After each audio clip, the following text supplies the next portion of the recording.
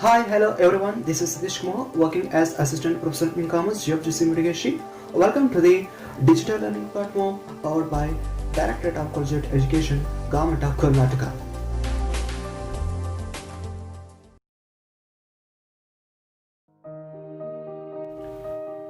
Hi, hello everyone. This is Satish Kumar, working as Assistant Professor in Commerce, GFGC Mitigation. In this class, we are going to talk about different types of negotiable instruments, which is from banking law and operations. So, without wasting the time, just moving into the topic called different types of negotiable instruments. Let's start.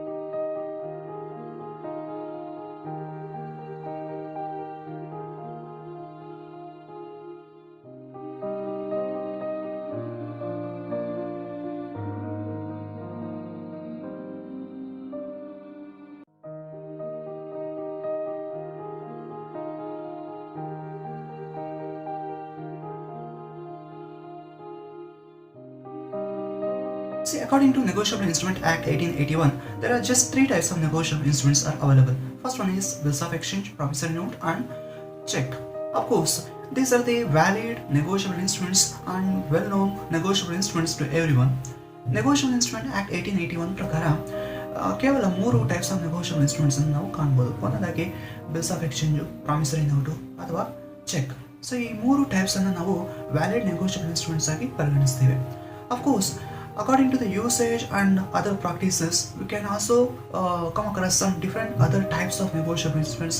So for example, hundies agbodu ಅಥವಾ receivables agbodu and share warrants agbodu. These are also called as negotiable instruments, provided they should fulfill some features of negotiable instruments. Negotiable instruments ಕೆಲವೊಂದು futures ಏನಿದೆ, ಕೆಲವೊಂದು conditions ಏನಿದೆ ಅವನ್ನು fulfil ಮಾಡಿದ್ರೆ ಹುಂಡೀಸು, share ವಾರೆಂಟ್ಸು ಮತ್ತೆ negotiable instruments ಆಗಿ ಪರಿಗಣಿಸಬಹುದು.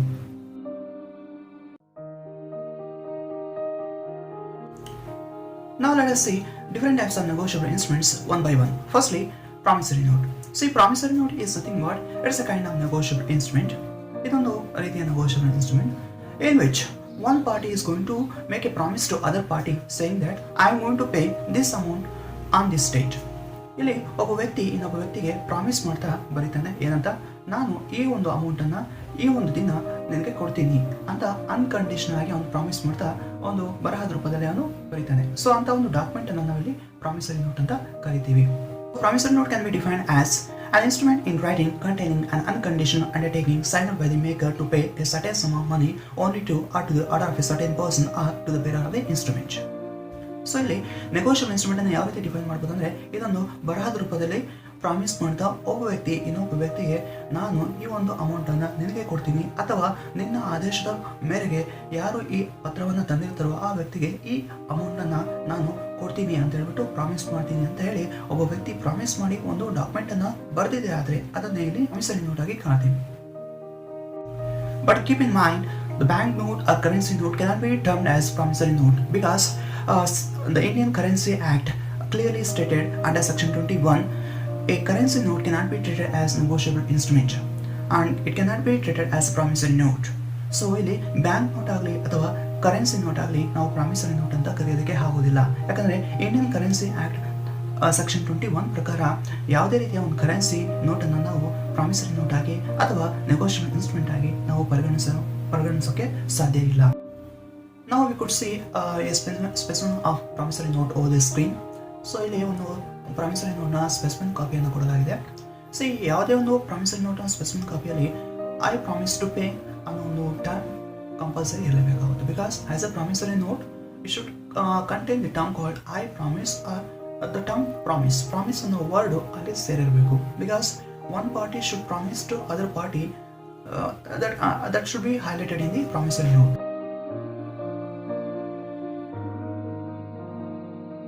And the next one is that the check. Check is nothing but a bills of exchange drawn on a specified banker which is not expected to be payable otherwise than on demand. See, check ಅನ್ನೋದು ಒಂದು bills of exchange. ಏನು bills of exchange ಅಂದರೆ, see, bills of exchange is nothing but it's an instrument. It's a writing instrument which binds a particular party to pay a particular amount to a specified person. Bills of exchange ಅಂದರೆ ಒಂದು particular ವ್ಯಕ್ತಿಗೆ ಒಂದು instruction ಕೊಡುವಂಥ document. ಆ instruction ಯಾವ ರೀತಿ ಇರುತ್ತೆ ಅಂದರೆ, ಈ ಒಂದು ಸ್ಪೆಸಿಫೈಡ್ ಪರ್ಸನ್ಗೆ ಈ ಒಂದು ಸ್ಪೆಸಿಫೈಡ್ ಅಮೌಂಟನ್ನು ಈ ಒಂದು ಪರ್ಟಿಕ್ಯುಲರ್ ಡೇಟಿನ ಪೇ ಮಾಡು ಅಂತ ಹೇಳ್ಬಿಟ್ಟು ಒಬ್ಬ ವ್ಯಕ್ತಿ ಇನ್ನೊಬ್ಬ ವ್ಯಕ್ತಿಗೆ ರೈಟಿಂಗ್ ರೂಪದಲ್ಲಿ ಕೊಡುವಂತ ಒಂದು ಇನ್ಸ್ಟ್ರೂಮೆಂಟ್. ಸೊ ಈ ರೀತಿ ಚೆಕ್ ಅನ್ನೋದು ಕೂಡ ಒಂದು ರೈಟಿಂಗ್ ಇನ್ಸ್ಟ್ರೂಮೆಂಟ್. ಇಲ್ಲಿ ಒಬ್ಬ ವ್ಯಕ್ತಿ ಒಂದು ಬ್ಯಾಂಕ್ಗೆ ಇನ್ಸ್ಟ್ರಕ್ಷನ್ ಕೊಡ್ತಾನೆ. ಯಾವ ರೀತಿ ಇನ್ಸ್ಟ್ರಕ್ಷನ್ ಅಂದ್ರೆ, ಈ ಒಂದು ಡಾಕ್ಯುಮೆಂಟ್ ಅನ್ನ ಯಾರು ತರ್ತಾರೋ ಆ ಒಂದು ಪರ್ಟಿಕ್ಯುಲರ್ ವ್ಯಕ್ತಿಗೆ ಈ ಅಮೌಂಟ್ ಅನ್ನ ಕೊಡು ಅಂತ ಹೇಳ್ತಾನೆ. In case of bearer instrument and in case of order instrument ಆದರೆ, ಅದನ್ನ ಆರ್ಡರ್ ಇನ್ಸ್ಟ್ರೂಮೆಂಟ್ ಆದರೆ ಈ ಒಂದು ಚೆಕ್ ಅಮೌಂಟ್ ಅನ್ನ ಈ ಒಂದು ಪರ್ಟಿಕ್ಯುಲರ್ ವ್ಯಕ್ತಿಗೆ ಅವನ ಫಿಸಿಕಲ್ ಆಗಿ ಬಂದ್ರೆ ಆತನಿಗೆ ಕೊಡಿ, ಅಥವಾ ಇಲ್ಲ ಅಂದ್ರೆ ಅವನ ಆರ್ಡರ್ ಮೇರೆಗೆ ಬೇರೆ ವ್ಯಕ್ತಿಗೆ ಕೊಡಿ ಅಂತ ಹೇಳ್ಬಿಟ್ಟು ಇನ್ಸ್ಟ್ರಕ್ಷನ್ ಅನ್ನ ಬ್ಯಾಂಕ್ಗೆ ಕೊಡ್ತಾನೆ ಒಂದು ಡಾಕ್ಯುಮೆಂಟ್ ಮುಖಾಂತರ. ಸೊ ಅಂತ ಒಂದು ಡಾಕ್ಯುಮೆಂಟ್ ಅನ್ನ ಇಲ್ಲಿ ನಾವು ಚೆಕ್ ಅಂತ ಕರಿತೀವಿ. ಇನ್ನ ಸಿಂಪಲ್ ಆಗಬೇಕಂದ್ರೆ, check is nothing but a negotiable instrument which is drawn on a specified banker by the account holder stating and instructing the banker to pay certain amount to a certain party on a particular date, and of course it must be payable only when the demand arises. ಅಂದ್ರೆ ಯಾವಾಗ check ಇಸ್ಕೊಂಡಿರುವಂತ ವ್ಯಕ್ತಿ ಬ್ಯಾಂಕಿಗೆ ಹೋಗಿ ಈ amount ಅನ್ನ ಕೊಡಿ ಅಂತ demand ಮಾಡ್ತಾನೋ ಆಗ ಮಾತ್ರನೇ ಬ್ಯಾಂಕ್ ಅವನು ಆ ಒಂದು ಚೆಕ್ ಅಮೌಂಟ್ ಅನ್ನ ಕೊಡಬೇಕಾಗುತ್ತೆ. So unless the demand arises, the check cannot be encashed. So that must be highlighted in case of check instrument. Now let us see a specific copy of check instrument. We could see the check instrument over the screen. So we can see here the MICR code as well as check number and RBI account number and transaction code, and as well as signature, and of course date column, and as well as amount tab and the bank address, etc. things. So let's see third one, that is bills of exchange. So bills of exchange, it is defined in the Negotiable Instrument Act as follows. So an instrument in writing containing an unconditional order directing a certain person to pay a certain amount only to or to the order of a certain person or to the bearer of instrument. So ಇದೆ ಈ bills of exchange ಅಂದ್ರೆ ಈ ರೀತಿ definition ಅನ್ನ negotiable instrument ಅಲ್ಲಿ ಕೊಟ್ಟಿದ್ದಾರೆ. So ಏನಿದ್ರ ಅರ್ಥ, ಏನಿದ್ರ meaning? See, negotiable instrument act clearly stated that bills of exchange ಅನ್ನೋದು ಒಂದು ರೈಟಿಂಗ್ ರೂಪದಲ್ಲಿ ಇರುವಂತಹ ಒಂದು ಇನ್ಸ್ಟ್ರೂಮೆಂಟ್. ಸೊ ಈ ಇನ್ಸ್ಟ್ರೂಮೆಂಟ್ ಅಲ್ಲಿ ಒಬ್ಬ ವ್ಯಕ್ತಿ ಇನ್ನೊಬ್ಬ ವ್ಯಕ್ತಿಗೆ ಪರ್ಟಿಕ್ಯುಲರ್ ಆಗಿ ಒಂದು ಡೈರೆಕ್ಷನ್ ಅನ್ನು ಕೊಡ್ತಾನೆ. ಏನಂತ ಡೈರೆಕ್ಷನ್ ಅಂದ್ರೆ, to pay a certain amount on a certain date to a certain person. ಒಂದು ಪರ್ಟಿಕ್ಯುಲರ್ ಅಮೌಂಟ್ ಅನ್ನು ಪರ್ಟಿಕ್ಯುಲರ್ ವ್ಯಕ್ತಿಗೆ ಒಂದು ಪರ್ಟಿಕ್ಯುಲರ್ ಡೇಟಿನ ಕೊಡು, ಅಥವಾ ಅವನು ಬಂದಿಲ್ಲ ಅಂದಾಗ ಅವನ ಆರ್ಡರ್ ಮೇರೆಗೆ ಬೇರೆ ವ್ಯಕ್ತಿಗಾಗಿ ಕೊಡು, ಅಥವಾ ಇನ್ ಕೇಸ್ ಅದೇನಾದ್ರೂ ಬೇರೆ ಇನ್ಸ್ಟ್ರೂಮೆಂಟ್ ಆಗಿದ್ದಲ್ಲಿ ಅದನ್ನ ಯಾರು ತರ್ತಾರೋ ಅಂತ ವ್ಯಕ್ತಿಗೆ ಆ ಪೇಮೆಂಟ್ ಅನ್ನ ಕೊಡು ಅಂತ ಹೇಳ್ಬಿಟ್ಟು ಆ ಒಂದು ಇನ್ಸ್ಟ್ರೂಮೆಂಟ್ ಅನ್ನ ವ್ಯಾಖ್ಯಾನಿಸಲಾಗಿದೆ. ಸೊ ಇನ್ನ ಸಿಂಪಲ್ ಆಗಿ ಇದನ್ನ ಹೇಳೋದಾದ್ರೆ, a bills of exchange is nothing but any instrument which binds a particular person to pay a particular amount to a specified person on a particular date.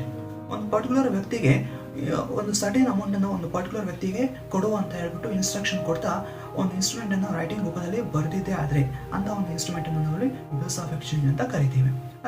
Let us understand this bills of exchange concept with a small example. For example, Mr. Suresh, Mr. Ramesh and Mr. Satish. There are three parties. Mr. Ramesh has purchased some goods from Mr. Satish. Ramesh ಅನ್ನೋ ವ್ಯಕ್ತಿ ಸತೀಶ್ ಅನ್ನೋ ವ್ಯಕ್ತಿಯಿಂದ goods ಅನ್ನ purchase ಮಾಡ್ದ. ಈಗ ರಮೇಶ್ ಅನ್ನೋ ವ್ಯಕ್ತಿ ಸತೀಶ್ ಅನ್ನೋ ವ್ಯಕ್ತಿಗೆ ಅಮೌಂಟ್ ಅನ್ನ ಪೇ ಮಾಡಬೇಕು, because he has purchase goods from Satish. So ಇಲ್ಲಿ 50,000 rupees ಅನ್ನ ರಮೇಶ್ ಅನ್ನೋ ವ್ಯಕ್ತಿ ಸತೀಶ್ ಅನ್ನೋ ವ್ಯಕ್ತಿಗೆ ಪೇ ಮಾಡಬೇಕು, ಆ ಗೂಡ್ಸ್ ಪರ್ಚೇಸ್ ಮಾಡಿರೋ ಒಂದು ಕಾರಣ. ಸೊ ಇಲ್ಲಿ ಸತೀಶ್ ಅನ್ನೋ ವ್ಯಕ್ತಿ 50,000 ಅನ್ನ ಇಸ್ಕೋಬೇಕು. ಕ್ಲಿಯರ್ಲಿ ರಮೇಶ್ ಅನ್ನೋ ವ್ಯಕ್ತಿ ಗೂಡ್ಸ್ ಅನ್ನ ಸತೀಶ್ ಅನ್ನ ಪರ್ಚೇಸ್ ಮಾಡಿದ್ದಾನೆ. ಸೊ ರಮೇಶ್ ಅನ್ನೋ ವ್ಯಕ್ತಿ 50,000 ಅನ್ನ ಸತೀಶ್ಗೆ ಪೇ ಮಾಡಬೇಕು. So Satish need to receive 50,000 from Ramesh. At the same time Satish has borrowed some amount from mister Suresh. Suresh ಅನ್ನೋ ವ್ಯಕ್ತಿಯಿಂದ ಸತೀಶ್ ಅನ್ನೋ ವ್ಯಕ್ತಿ 50,000 ಅನ್ನ ಸಾಲ ಪಡೆದಿದ್ದ, ಎರವಲು ಪಡೆದಿದ್ದ. ಸಿಂಪಲ್ ಆಗಿ ಹೇಳ್ಬೇಕಂದ್ರೆ, ಸೊ ಸುರೇಶ್ ಅನ್ನೋ ವ್ಯಕ್ತಿಯಿಂದ ಸತೀಶ್ ಅನ್ನೋ ವ್ಯಕ್ತಿ 50,000 ಸಾಲ ಪಡೆದಿದ್ದ. ಇಲ್ಲಿ ರಮೇಶ್ ಅನ್ನೋ ವ್ಯಕ್ತಿಯಿಂದ 50,000 ಸತೀಶ್ ಇಸ್ಕೋಬೇಕು. ಸೊ ಈ ರೀತಿ ಕಾನ್ಸೆಪ್ಟ್. ಇಂಥ ಟೈಮಲ್ಲಿ ಸತೀಶ್ ಏನ್ ಮಾಡ್ತಾನೆ, ರಮೇಶ್ಗೆ ಹೇಳ್ತಾನೆ, see I have to pay 50,000 to mister Suresh, so that you just pay my 50,000 rupees to mister Suresh ಅಂತ ಹೇಳ್ಬಿಟ್ಟು ಸತೀಶ್ ಏನ್ ಮಾಡ್ದ, ಒಂದು ಬಿಲ್ ಅನ್ನ ಬರ್ದ. ಯಾರಿಗೆ ಅಡ್ರೆಸ್ ಮಾಡ್ತಾ, ಮಿಸ್ಟರ್ ರಮೇಶ್ಗೆ. ಸೊ ರಮೇಶ್ಗೆ ಹೇಳ್ತಾನೆ, ಸೊ ಈ ಅಮೌಂಟ್ 50,000 ನೀವು ನಾನು ಕೊಡ್ಬೇಕಾಗಿರೋ ಅಮೌಂಟ್ ನ ಮಿಸ್ಟರ್ ಸುರೇಶ್ಗೆ ಕೊಡಿ, ಬಿಕಾಸ್ ಅವ್ರ ಕಡೆಯಿಂದ ನಾನು ದುಡ್ಡು ಇಸ್ಕೊಂಡಿದ್ದೀನಿ, ಅವ್ರಿಗೆ ನಾನು ಪೇ ಮಾಡಬೇಕಾಗುತ್ತೆ. ಸೊ ನೀವು ನಮಗೆ ಪೇ ಮಾಡಬೇಕಾದಂಥ ಅಮೌಂಟ್ ಅನ್ನ ನನ್ನ ಬದಲಿಗೆ ಅವ್ರಿಗೆ ಕೊಟ್ಬಿಡಿ ಅಂತ ಹೇಳ್ಬಿಟ್ಟು ಸತೀಶ್ ಒಂದು ಬಿಲ್ ಅನ್ನ ಬರೀತಾನೆ. ಸೊ ಇಲ್ಲಿ ಸತೀಶ್ ಈ ರೀತಿ ಬಿಲ್ ಬರೆದಾಗ ಈ will be the maker of the bill. And ಈ ಬಿಲ್ಲು ಯಾರಿಗೆ ಅಡ್ರೆಸ್ ಮಾಡಿದೆ ಅಂದರೆ ರಮೇಶ್ಗೆ ಅಡ್ರೆಸ್ ಮಾಡಿದ್ದಾನೆ. So he will be drawee. And ಈ ಅಮೌಂಟ್ ಯಾರಿಗೆ ಸೇರಬೇಕು ಅಂತ ಇದೆ ಅಂದರೆ ಸುರೇಶ್ಗೆ ಸೇರಬೇಕು ಅಂತ ಲಾಸ್ಟಲ್ಲಿ ಕನ್ಕ್ಲೂಷನ್ ಬರುತ್ತೆ. ಯಾಕಂದರೆ ರಮೇಶ್ ಏನು ಮಾಡ್ತಾರೆ, ಆ ದುಡ್ಡನ್ನು ಸುರೇಶ್ಗೆ ಕೊಡ್ತಾರೆ. So Suresh will be paying. So ಈ ರೀತಿ ಸತೀಶ್ ಅನ್ನೋ ವ್ಯಕ್ತಿ ಏನು ಮಾಡ್ತಿದ್ದಾನೆ, ರಮೇಶ್ ಹತ್ರ ಬರಬೇಕಾದಂಥ ದುಡ್ಡನ್ನು ಅವನು ಇಸ್ಕೋದಿರ ಆ ದುಡ್ಡನ್ನು ಸುರೇಶ್ಗೆ ಏನು ಕೊಡಬೇಕಾಗಿದೆಯೋ ಅವ್ರಿಗೆ ಕೊಡೋದಕ್ಕೆ ಒಂದು ಬಿಲ್ಲನ್ನು ಬರೆದಿದ್ದಾನೆ. So this concept clearly indicates the bills of exchange. Now let us see a special copy of bills of exchange over the screen. So you could see here bills of exchange copy in which we can see drawer signature and Dravi has accepted and the instrument is directed for the payment to ABC Limited. So ಇದನ್ನ ನಾವು previous example ಗೆ compare ಮಾಡ್ತಾ ಇದನ್ನ ಬರೆಯೋದಾದ್ರೆ let's see how it will be.